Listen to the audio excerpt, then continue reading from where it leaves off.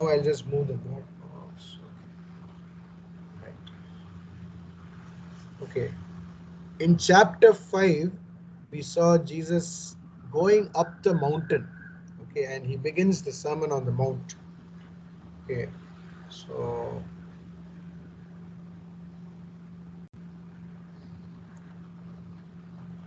I'll just quickly show you this. Seeing the crowds, Jesus went up on the mountain, and when he sat down, his disciples came to him. So there is already a huge crowd. Okay, picture this, there's a huge crowd around Jesus. He goes up the mountain and then he sits down, and his disciples come to him, and then the crowd around him, and he opened his mouth and taught them. So when Jesus opened his mouth means he's going to say something important and at length. So what began in chapter 5 went on now till chapter 7, 727. Okay, we finished there last week with 727, with the wise and the foolish man, the one who built his house upon the rock and house upon the sand. Okay, now we come to 728. When Jesus finished these sayings, the crowds were astonished at his teaching, for he taught them as one who had authority and not as their scribes. Okay, so Jesus was different from the other leading authorities. They were all they all had bookish knowledge. They knew the law, but they did not know God. So that was the difference. Jesus knew the Father, and so when he spoke with authority, and he had that power going forth from him, the kind of authority and power and the dynamism that was there in Jesus. People could recognize this, and so the crowds were all astonished, because he was also another rabbi, but he was different from any of the rabbis they had seen. And so they were really stunned at the way Jesus conducted himself, the way he spoke, the way he taught was so different. And so the people are all in awe of him. When he came down from the mountain, so it is now that Jesus is finally coming down. When he came down from the mountain, great crowds followed him. Remember, there was this crowd that went up the mountain. Now the same crowds are coming down with him, and they are following him. And behold, now with chapter 8, okay, see, Matthew is so beautifully organized his gospel. From chapter 5, we've been seeing the words of Jesus, all his sayings of Jesus.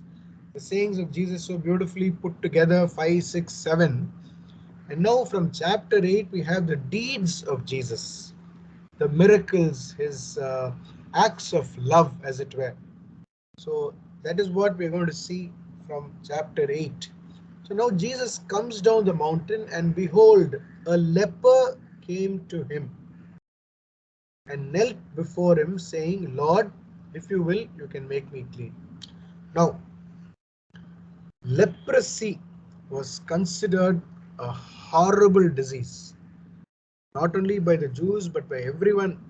So many thousand years ago, leprosy was such a horrible disease that there was no respect for that human being. You're not treated as a human being at all. You know, people shunned from a leper.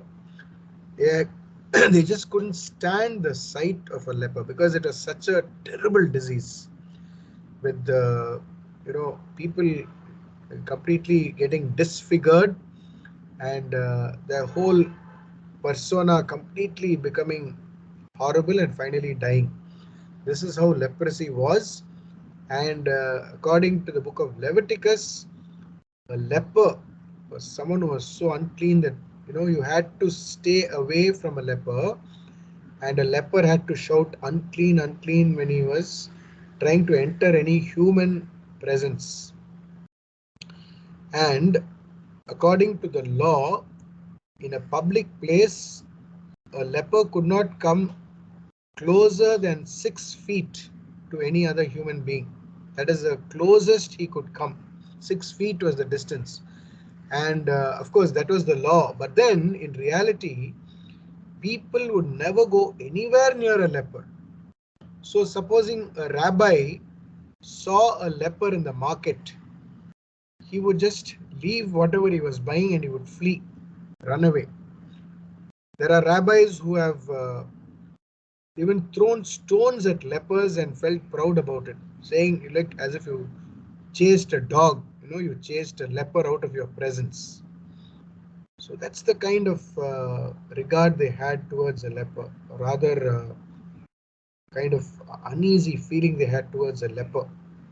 It was such a horrible disease, and the law clearly said, "Don't go anywhere near a leper; you'll become very unclean." But here was this leper who came to Jesus, and kneeling before him, he's saying, "Lord," he's using the word Lord, "if you want, if you are willing, you can make me clean." So we see in this leper, first of all, we see a kind of confidence in the leper. As you know, a leper would never approach another human being, leave alone a rabbi. But this leper is so confident that this person called Jesus can definitely help him out. So, with confidence, he comes to Jesus. And the second thing you see about this leper is his humility. He kneels down before Jesus and he worships him. The word used in the Greek in the translation is he literally worshipped. The word that is used is the worship of gods. So he worshipped Jesus. And the next thing you see is that he has faith. He says, "Lord, if you will, if you are willing," he says, "I'm not forcing you. If you are willing, you can make me clean." So you see in this leper so many beautiful qualities. He has confidence in Jesus, he has humility, and he has this tremendous faith in Jesus that he has the power to heal. And so he implores Jesus. He says, "Lord, Lord, heal me. If you are willing, you can heal me." See, there is this thing about ability to heal and wanting to heal. You see, for instance, if I go to the Prime Minister of India and ask him for a favor, let's say you want a job transfer in the government, the Prime Minister can do anything he wants, right? So if you want a transfer, if you want some favor in the government, it is done. You consider it done if it goes to the Prime Minister, provided he is willing to do it. Now, who are you to the Prime Minister? You are a nobody, you don't know him. So why should he do it for you? Although he can do it, he may not want to do it. But the difference with Jesus, the difference with God is Jesus or God not only can do because he is God, he wants to do it. That is the beauty. So here is Jesus, and when he listens to this man saying, "Lord, if you will," Jesus stretched out his hand and touched him. I think one of the most powerful statements in the New Testament, if a Jew is reading this, is this. Because as I gave you the background about leprosy, you know, you stand miles away from a leper. You are nowhere in sight of a leper. And of course, officially, the closest you can come is 6 feet. And then, even then, if you feel you come very close to him, you want to run away, have a nice bath with soap and all kinds of things so that you don't get infected. That's the kind of feeling you have. And here is a Jew touching a leper. Imagine. So for Jesus, he broke all these laws because the law of love was more important. When you go to a good doctor, for a good doctor, a person with a deadly disease is not a menace. It is not something that he runs away from, but he says, "This is an opportunity for me to show my skill and save this human being." If there is a very sick child with a terrible disease, when the doctor sees the child, he doesn't look at it as a dangerous object, but rather he looks at this child as someone whom he can treat and heal. The same now with Jesus, when he sees this leper who is in need, because uh, he is completely been ostracized by the society, he's ostracized from the whole world, and Jesus touches him, goes out to him with a heart filled with love. He breaks all the barriers of his time and he goes and touches him. Imagine if people saw him, they would say, "Oh, Jesus, my gosh, you're going to get a terrible infection. You're going to become very sick, and probably you will also contract leprosy." That's what people would have told him if they saw him. But Jesus doesn't mind all this. He goes and he touches him and he says, "I am willing. I will be clean." Just one word from Jesus. Imagine. He's not saying a long prayer. He's not saying, he's not shouting, not making a big show, nothing. He says, "I'm willing. Be clean." He just touches him. And immediately his leprosy was cleansed. It doesn't take time. Immediate. Okay, so here you see Jesus breaking all the barriers, reaching out in love and touching this man, this leper. Imagine, you and I wouldn't go anywhere near a leper and touch him. Even if you see these lepers in front of our church, you throw a coin, you throw a note with fear, no kind of, I shouldn't somehow touch this person because you're afraid that you will somehow contract the disease. But Jesus looks at the person as a human being who needs love. And he touches the leper and he says, "I am willing. Of course, I'm willing. Be clean." And the man is cleaned. But now you see, Jesus is not some wayward preacher who just does all this and goes away unscrupulously. No, he knows the law, he knows the rules, and he wants to restore this man back to the society. So, what does Jesus say? He says, "See that you say nothing to anyone." Why? Because the Jews are waiting for the Messiah. And when the Messiah comes, he will do all kinds of wonderful deeds. And for a leper to be cleansed will be a fantastic thing which no other human being can ever do. So if people come to know about this, they'll misunderstand and they will create a scene and there will be a big uproar and there will be a big stir in the community. And Palestine being a place which is always hot, with a lot of people wanting the zealots and other people wanting to outthrow throw away the Roman Empire. They will want to create a stir, and there will be a big uproar in the country. To avoid all this, Jesus says, "Don't tell this to anyone, because this is not the time for me. This is not the way I want to be introduced to the people." Because if you tell them like this, that I was healed and Jesus did this for me, and the whole situation, the whole scenario will change. And therefore he says, "Don't tell anyone, but go show yourself to the priest." Why? Because this was according to the book of Leviticus. There were three kinds of proofs you had to do. The first was, now you go and show yourself, and the priest will make a note, and then you go again after 1 week or 10 days. He will check your body for certain marks and see if there is any change. And then the third week or the fourth week, when you go for the third time to the priest, that is when it's really confirmed that your leprosy has not spread, has not increased, but has disappeared. Only then he will give you a certificate saying, now you are free to mingle with everyone because you don't have any leprosy in your body. And that will really allow him to become part of the society once again. So this is what Jesus wants him to do. So he says, go to the priest, and then there is a big ceremony attached to it. You have a lot of offerings to make. It's a very big ceremony if you read the book of Leviticus. So he says, go and do all that. He says, so that you are once again restored back to the society. So he says, do that, but don't go and tell everyone about what you experienced.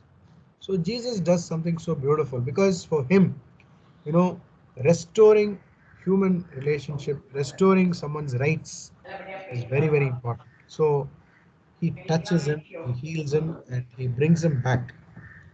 Okay. Now after this, again, we have another miracle. So you'll see one miracle after another, the deeds of Jesus constantly.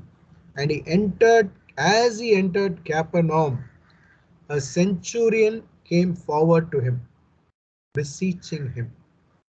Now, centurions in general, they're all very good people. If you read the entire New Testament, you will find all the centurions that we encounter are all very good people. For instance, Gospel of Mark, when Jesus is on the cross, see there is the centurion who says, "Wow, truly you are the Son of God."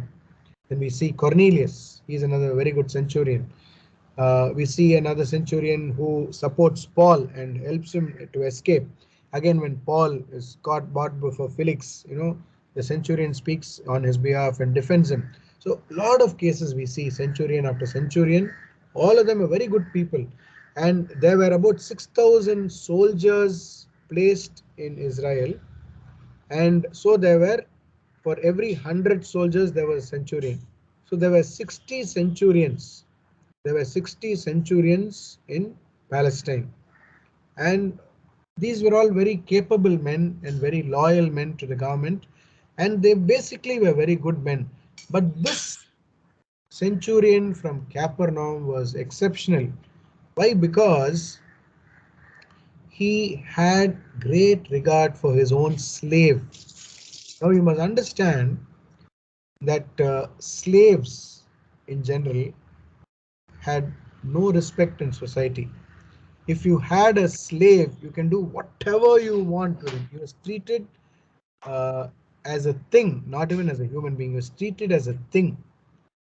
So when you beat a slave, or throw him out of your house, or you kick him, or you even kill him, the law cannot question you. That was the level a slave was. He had absolutely no right in society. So if you're a slave, you're as good as an object to be used. That's all. So that was the state of a slave. And in that situation, here is a centurion, a very powerful man, and he is beseeching Jesus on behalf of his slave, his servant. And he says, "Lord, my servant is lying paralyzed. His slave is lying paralyzed at home in terrible distress." So here was a centurion who loved his slave. He not only gave regard to his slave, he respected him and loved him. And that is why he is so upset when he sees his slave in distress, and he cannot but run for help. And he hears about Jesus and he comes running to Jesus. Now, another thing we need to know is a Jew must never enter the house of a Gentile.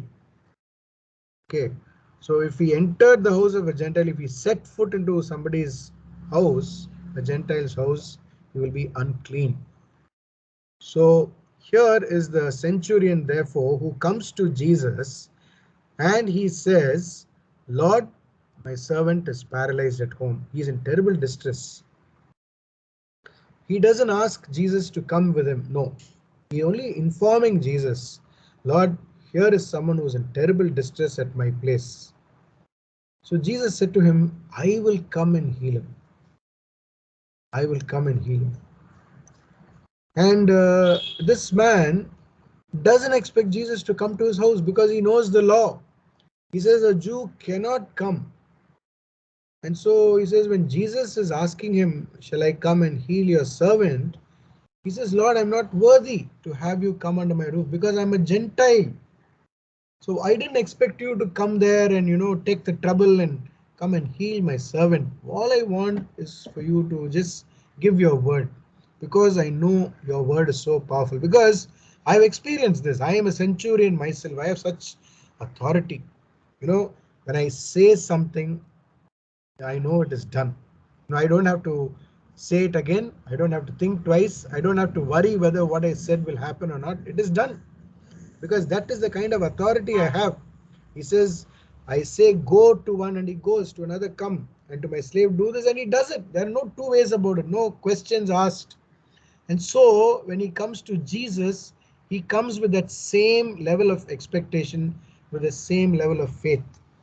And here is a man who is filled with love. And anyone who is such a lovable person and loving person, can he be far from God? Can he be far from Jesus? No. Here is a man who's full of love for his fellow man, and here is someone who has tremendous faith in God. And so when he comes to Jesus with this faith, what does Jesus do? He marveled at him. Jesus marveled at him. Now, in the time of Jesus, there was this belief that when the Messiah comes, there will be a great banquet. There will be a great banquet. And who will be in the banquet along with God? It will be all the Jews. All the Jews will take part in this heavenly banquet when the Messiah comes, and all the non-Jews will be shut out. They will all be thrown out because they're all sinners. They have not believed in God. They don't belong to this Jewish community. They don't belong to Israel. They're all cast out, but all the Jewish fellows will be sitting at table, and they will have this Leviathan and this other huge creature, behemoth. Okay, these two creatures, one, this Leviathan is in the sea, and there is this behemoth, which is again a very huge ancient creature like the dinosaur. So these two creatures will be made available to them so that they can cut these creatures, and they will have a feast. That is what the Jews thought. And here is Jesus, who is going to completely turn the table. And he says, truly I say to you, not even in Israel have I found such faith like this centurion. He says, I tell you, many will come from east and west and sit at table with Abraham, Isaac, and Jacob in the kingdom of heaven. This is the feast that I was talking about. This is the Jewish understanding of the coming of the Messiah, where everyone will be celebrating a banquet, while the sons of the kingdom will be thrown into the outer darkness. Imagine. There men will weep and gnash their teeth. Jesus is saying this, their understanding was all the non-Jews, all the non-Jews will be sent away to a place of darkness. And there in this darkness, this wretched darkness, they will all be crying and weeping and wailing. That was their understanding. And here is Jesus saying, all these non-Jews, all these Gentiles will come and sit with Abraham, Isaac, and Jacob, and you, the fellow Jews who are with me, you will all be thrown out and you will be in this outer darkness. So they're all completely stunned when Jesus says this. So what is Jesus saying? Entry into the kingdom is not based on which nation you belong to. Your nationality doesn't give you a passport into the kingdom. Faith in Jesus is what will give you an entry into the kingdom. So this is what Paul, Peter, everyone will talk about. See, Peter will say the same thing. Paul will say the same thing. So it is not about belonging to any nation or community. It is about believing in Jesus. It is about having faith in Jesus. That is what will give you entry into the kingdom, a passport into the kingdom. That is what Jesus is saying. Here is a man who believes. And so to the centurion, Jesus said, go, be it done for you as you have believed.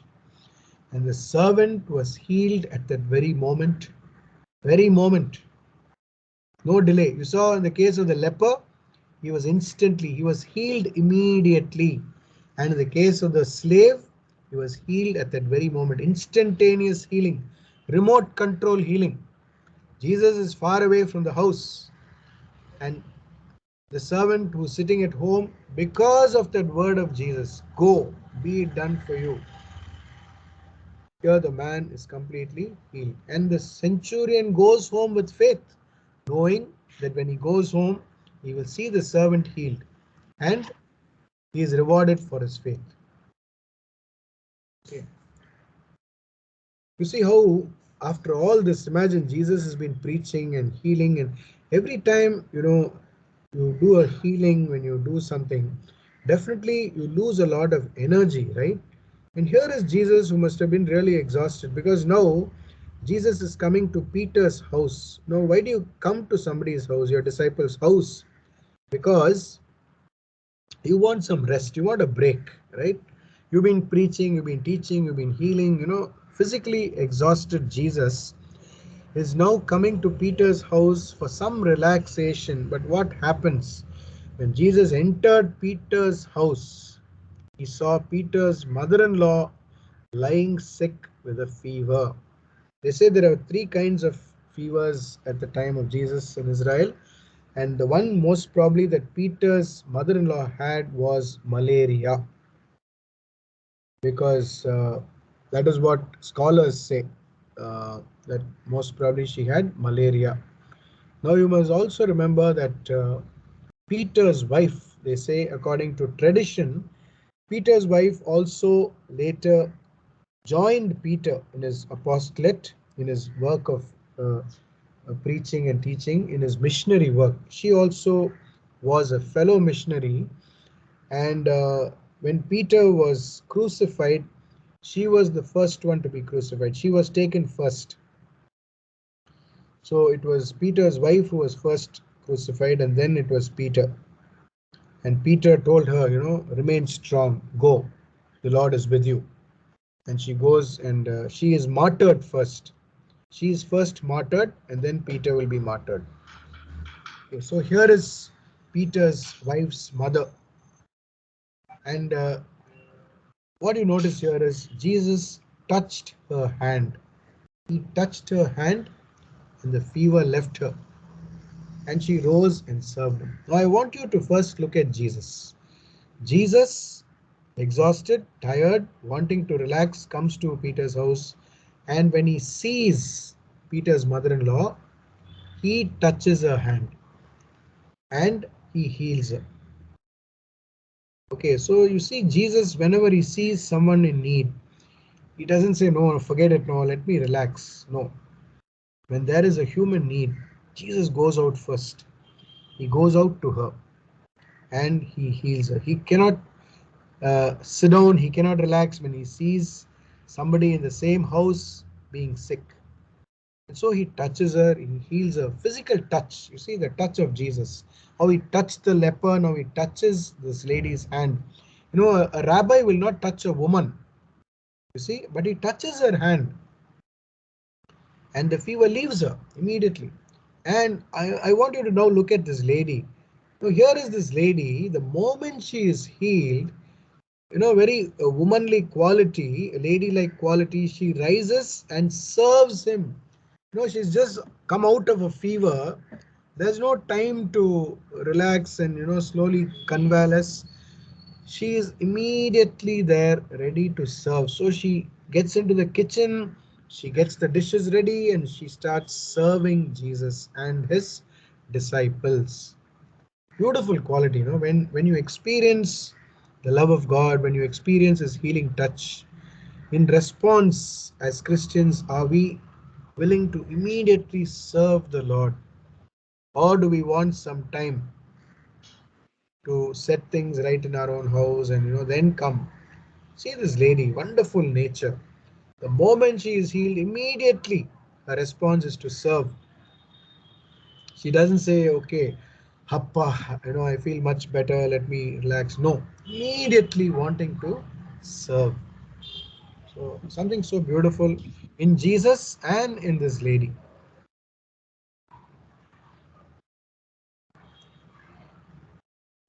That evening, okay, the same day, they brought to him many who were possessed with demons, and he cast out the spirits with a word and healed all who were sick.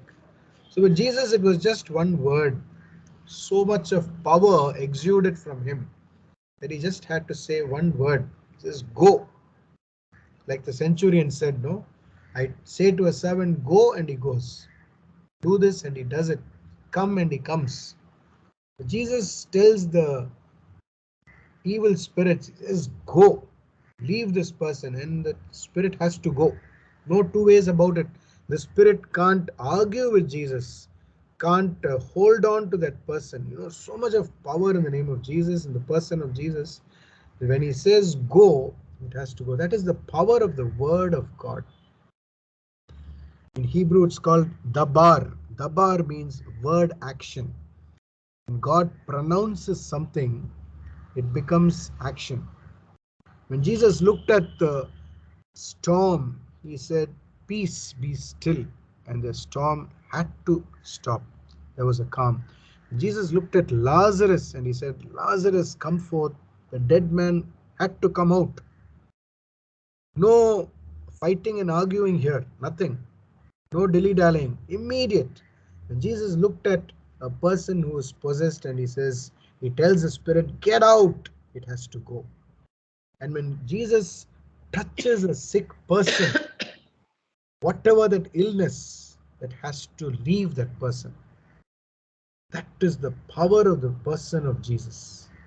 And the same Jesus is here for us today. He is there and we receive him into our hearts in the Eucharist. But do we have the same experience? See, Matthew is now adding what he reads in Isaiah. He says, "This was to fulfill what was spoken by the prophet Isaiah. He took our infirmities and bore our diseases." See, imagine a sponge. You have a nice sponge in your house, and your table is messed up or your kitchen top is messed up. You use the sponge and it just absorbs all the dirt and the muck. Similarly, when Jesus walked this earth, when he came, he took upon himself all these diseases, all these sins, all these sicknesses. He took it all upon himself. Like a sponge, he kind of took away all this. So beautifully, Matthew compares Jesus with what Isaiah had foretold. He took our infirmities and bore our diseases. When you think of this on Good Friday, when we read Isaiah 53, 52 and 53, how by his stripes we are healed, and how he, like a lamb that is led to the slaughter, how like a lamb before its shearers is dumb, he did not open his mouth, how he goes like a sacrificial lamb. And here how he carries upon himself all our illnesses. At this point, I also want you to note that Jesus did not eradicate any sickness. He did not eradicate leprosy. He did not eradicate malaria or any disease. But he showed that God has the power to heal. And God is always available to heal. Whatever your illness, whatever your problem, Jesus is going to wipe it away. He's going to wash it away. All we need is that faith. See, when we have this faith, Jesus can do it. Imagine a leper would have never imagined that this could have happened to him. And then there is a case where there are 10 lepers. So it's not about Jesus just healing one. If there was a group of 10, he could heal all the 10. So the number was not a problem for Jesus.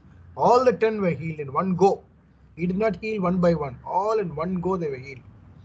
So, as I was saying, Jesus did not come to eradicate leprosy, but he healed lepers. He healed people who are sick. So you must remember this, that God doesn't eradicate any sickness from the earth. So sicknesses and illnesses are there in the world. For some reason they are there.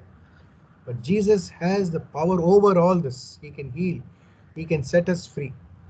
What we need is to have that faith in Jesus and say, "Lord, heal me." And Jesus can heal.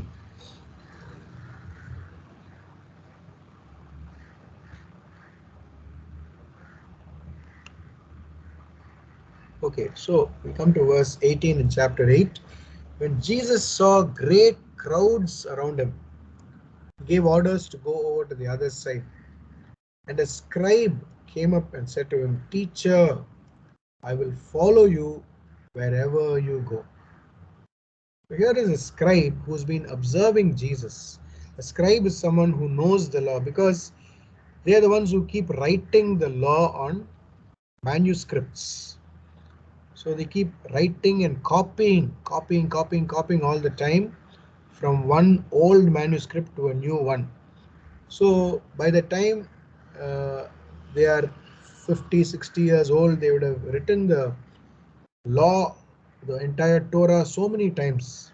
See, so it's all kind of by heart for them. That's why these scribes are all people who know the law upside down. So here is a scribe who sees Jesus and he is really taken up by the way he goes about, and he says, I will follow you wherever you go. I want to be your disciple. And what does Jesus say?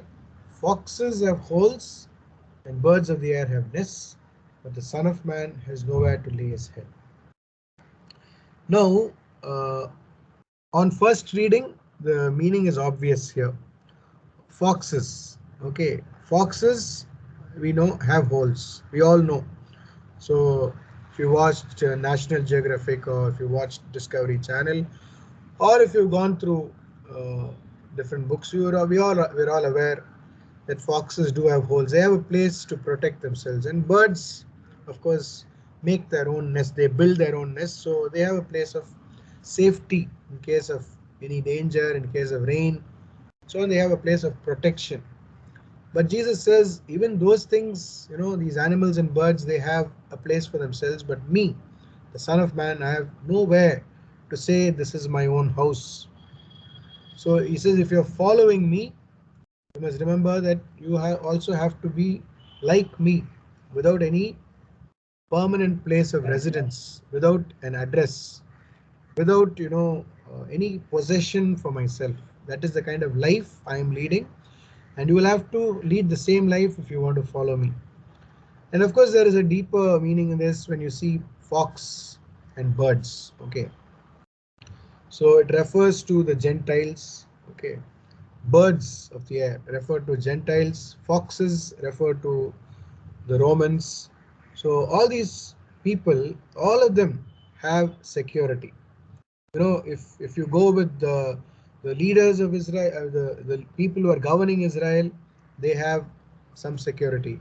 If you go with the Gentiles, the other Gentiles who are also in different positions, you see, you can also have a good life. But if you have to follow me, your security is zero.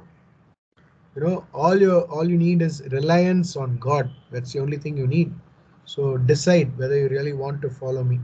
So Jesus is giving him a warning. You know, Following Jesus, you can't do impulsively. You have to really understand the repercussions. So following Jesus is not a joke.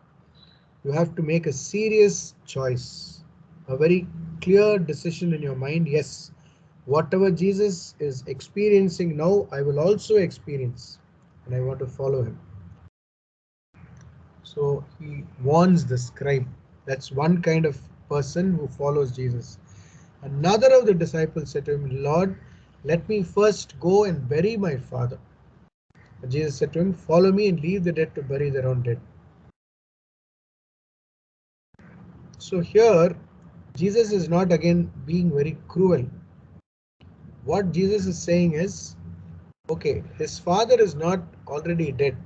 What he means is, in the Jewish culture, you see, you will become a disciple after you've settled all your family ties, and you've settled your uh, family property. All that is done. Once your father is gone and once your property is settled, then you can uh, follow some master, some guru. That is what this disciple is saying. Let me first go and bury my father. That is the meaning. It doesn't mean that his father is dead now and that he has to go and. Of course, Jesus would have allowed him to go. But what he means is, what we need to understand from the background is that this is the Jewish way of speaking. Let me first finish all my duty at home as a son. As a dutiful son, I have something to do. Let me finish all that work and then I will follow you. Give me some time. But Jesus says, leave the dead to bury their dead. That means these people have no thought of the afterlife. They don't worry about the future, about their eternity. So they are already considered as dead. So they have friends, they have fellow people who think like them. So you leave it to them. They will take care of your family, they'll take care of your father. But as for you, if you have decided to follow me, that means you're taking a different route. Therefore, you follow me now. Don't wait for this to happen, because they have people to take care of them. Your duty, if you've decided, is to follow me. Of course, we will also read one more example, but that is not mentioned here. That one who, puts his hand to the plow and turns back is not fit for the kingdom. Matthew doesn't say that here.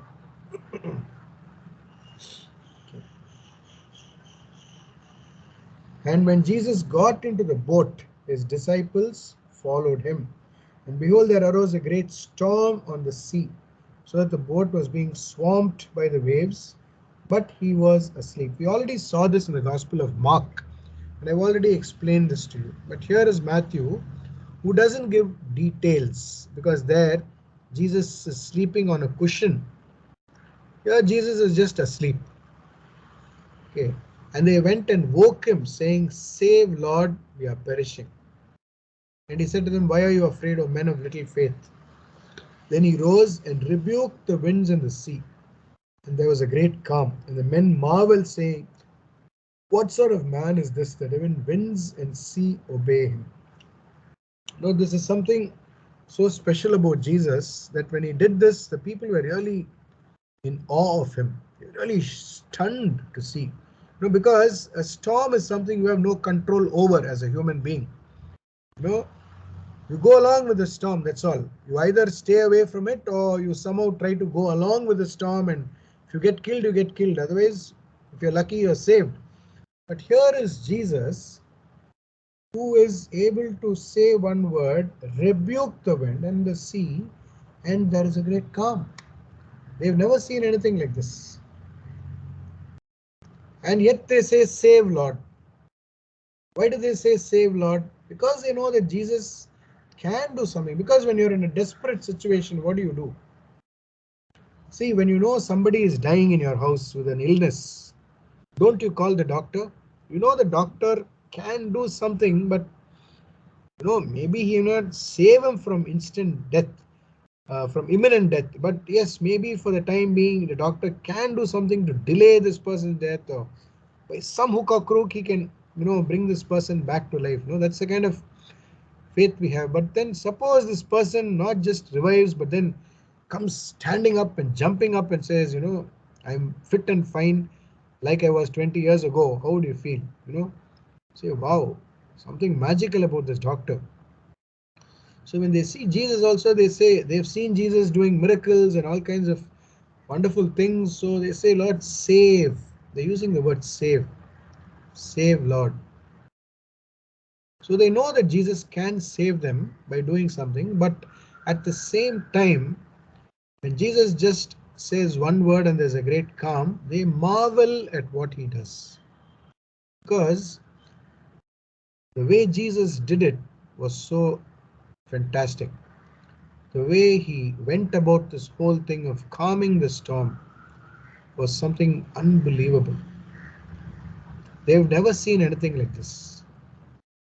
So, they are in awe of him, and they say, "Wow, who is this? What sort of man is this?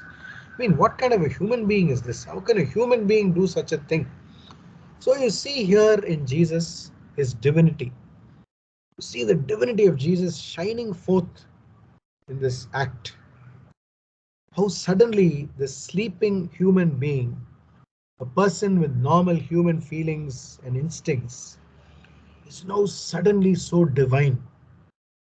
Suddenly he is able to do a miracle so amazing, which no other human being can do. And they marvel at him. So you see the duality of Jesus, Jesus the human being, Jesus the man, and Jesus the Son of God. So beautifully, Jesus shows himself in his life as someone so powerful as the Son of God. And yet, see, the Jews, the leading authorities, did not accept him. That's the saddest part, no? So we also have seen the power of God. We have seen miracles, And yet, when we are face to face with a difficult situation, at that moment, we don't have faith. We somehow don't believe that God can come to our rescue now in this situation. And sometimes we don't even pray because why trouble God? This is gone beyond redemption. So we kind of give up on prayer, we give up on the situation. Say, forget it, this person is going to die. There's no use. And yet, it is then when we have that faith that God does something. So we should never lose our faith. But then on the other hand, we've also seen that everyone is not healed. Otherwise, there will be no graveyard, there will be no cemetery. If everyone is going to be healed, then there will be no death in the world. So there are people who keep dying all the time. There is death every day. Our own parents, our own relatives, our own friends have all died. They have all died. Many of them have died and gone. But then we need to still believe in Jesus because he has that power. And from our side, we need to ask. If Jesus doesn't give life back to someone, it has a reason. There is a reason. But we should never, never lose our faith in God. Because I prayed and nothing happened. I prayed and this person was not healed. And so I stopped praying. No. I have this faith in God because he's a God of tremendous love and mercy. So when he doesn't heal, there is a reason. Otherwise, the Father could have stopped Jesus from dying on the cross. The Father doesn't do anything, right? When Jesus died, he died. The Father allowed him to die, but he had this power to rise again. So also for us, death is not the end. There is something beyond death. All the disciples of Jesus died. They did not continue to live. They all died, but they all believed in the resurrection. So also for us, uh, when we are praying for a need and our need is not met, we don't give up on God, but we continue to put our faith in God who knows what he is doing, who has a better plan, and who will definitely answer our prayer in a much better way. So we need to constantly put our trust in God and believe that he's a God of love and mercy. Okay.